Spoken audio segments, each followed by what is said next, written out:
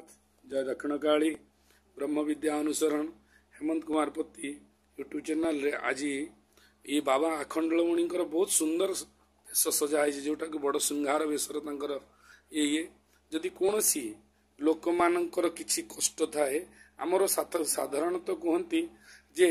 गृहभार नाइबिन्न केवा संसान वन कहीं भी केतबेले चाहिए बाबा आखंडलमणि पूजा टे कर जो कौन सी प्रकार कष्ट थिले भी मध्य हमर घरे घरे बाबा आखंडलमणि पूजा करा जाए हला गुणी गारेडी कौन सी प्रकार मंत्र तंत्र जंत्र जहाँ भी थाउ देह खराब होई थाउ सब प्रकार कर्म रे ये बाबा आखंडलमणि पूजा टी लाभ दिए जेते जहाँ असुविधा थिले हमर जो ओरिजिनल बाबा आखंडलमणि पीठ अच्छी एठारे जो पादुका कुंडरे पादुका अच्छी से पादुका जदि समस्त भक्त जदि श्रद्धारे ग्रहण करती आउ सेठी अधिया पड़ती कैंसर पर्यंत लोकंर भल हो जाए प्रमाण अच्छी आ जहाँ को साप काटे